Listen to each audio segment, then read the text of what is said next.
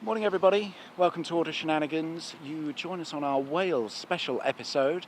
I am in England at Severn View Services, which is currently operated by Moto. They took over in around 2001. Services originally opened in 1970 and was taken over by Pavilion Services in 1992. They renamed it from Aust Services to Severn View in 1993. What's interesting is if you have a look around this site, there are a few relics from when Pavilion owned it, some old signs and a few pointers towards what used to be the service station here.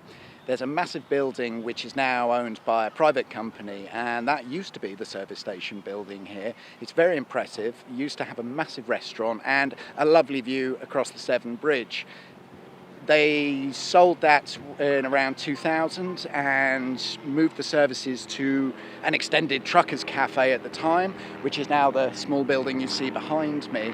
The footfall's never really been that high here, and whilst the idea was to double the size of the building, that's never really materialised because the customer numbers just don't justify such an extension or cost, or certainly not at the moment.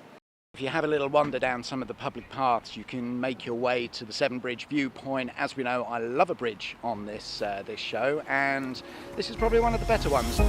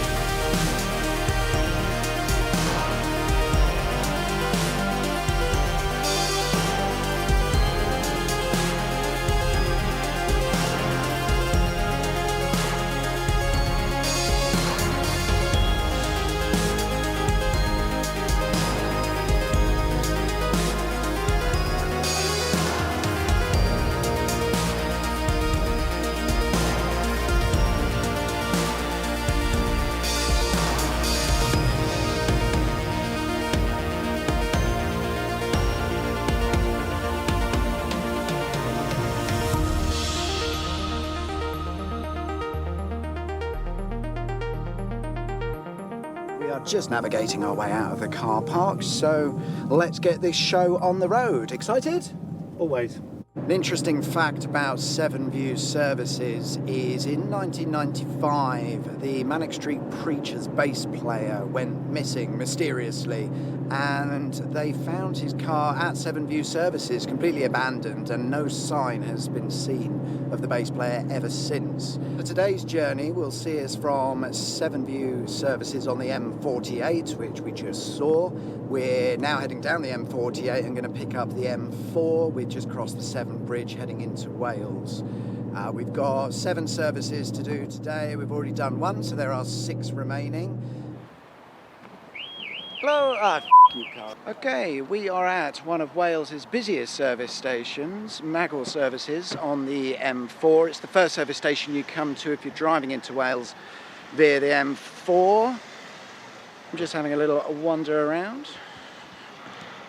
Services opened in 1992 with a unique design in as much as there is an archway leading to a courtyard area just before the entrance.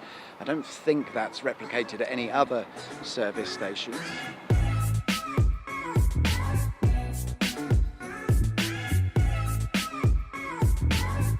Magor Services complete. That's number 2 of 7 for today.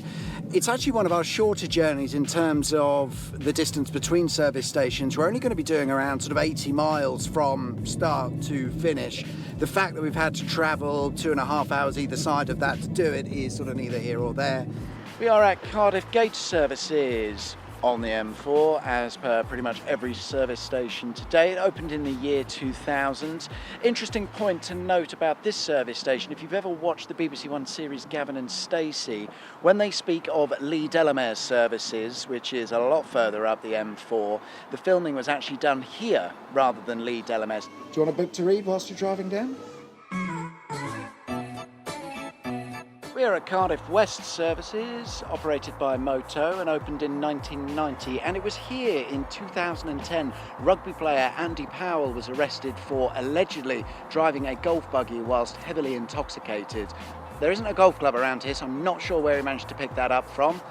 We're going to go inside and grab a bite to eat. The Greg's takeaway here doesn't allow you to consume their food in the food court area for tax reasons, which is a little bit odd considering it's right next door.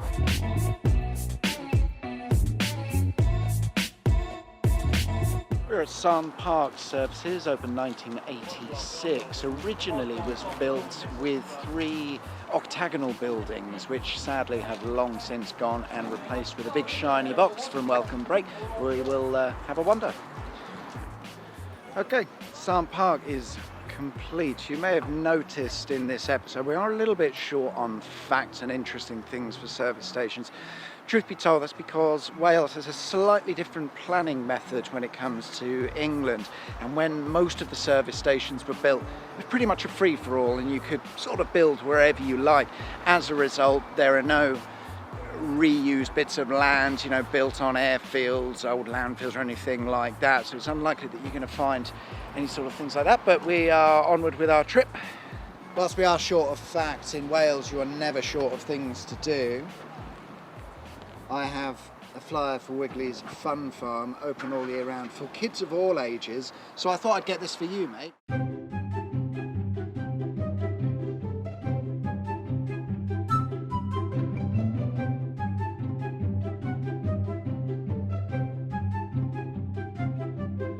Just arrived at Moto Swansea, which opened in 1991, and is one of the few service stations where the main building is not open 24 hours. Originally there was an elaborate glass canopy that would have extended from the entrance you can see there all the way out to the car park. Obviously that's now been removed, but the original designers seemed to have a little bit of a thing for canopies, so it featured quite regularly in the service stations that they were building. Moto Swansea complete. It is some service station. Didn't really find much of interest, although down behind me in the corner there's a little circular path, so if you've got your doggy with you, you can go down there and walk around in circles without any problems at all. I've never seen that before. We're next to the Cerdwick Forest. I can't pronounce that, I'm sorry. That's number 6 of 7 for the day done now. We are heading to our last stop for the day, which is Pont Abraham. It's only a matter of miles from here. I only think it's about 5 miles up the road, which is a little bit odd for service stations, so we shall see you very shortly. We've made it to our last stop, service station number 7 of 7 for today, which is Road Chefs Pont Abraham. It opened in about 1983, and what's interesting about this place is it's not named after the local town or city. It's actually named after a landmark. Before the motorway was here, there was a bridge called Pont Abraham or something along those lines, which was named after the stonemason who built it. Then the motorway came along, they got rid of that and they modernised the name to Abraham, and that's where the service station gets its name for, Pont being Welsh for bridge, I believe. As you can see, it's quite a quaint little service station, sort of carved into the hillside. We changed car again for this episode because this has no engine lights, has a working cooling system, and also, critically, air conditioning, because the last few episodes it was so hot it was absolutely unbearable. But of course, there's no sunshine today, so not really necessary, but we're having fun. So that's 32 service stations done in total now. We have 62 left to go, which will take us all over the country still. Join us in the next episode where we'll be going from Michael Wood services on the M5 all the way around to Beaconsfield on the M40. It's been a fairly quick episode, this one. It turns out the service stations in Wales have very little by way of interesting things to go and see, but we can at least tick them off our list. I hope you've enjoyed the episode nonetheless. Of course, don't forget to follow us on the Twitter @JohnShenanigans. Please hit the subscribe button and we shall see you next time. Say bye-bye. Bye.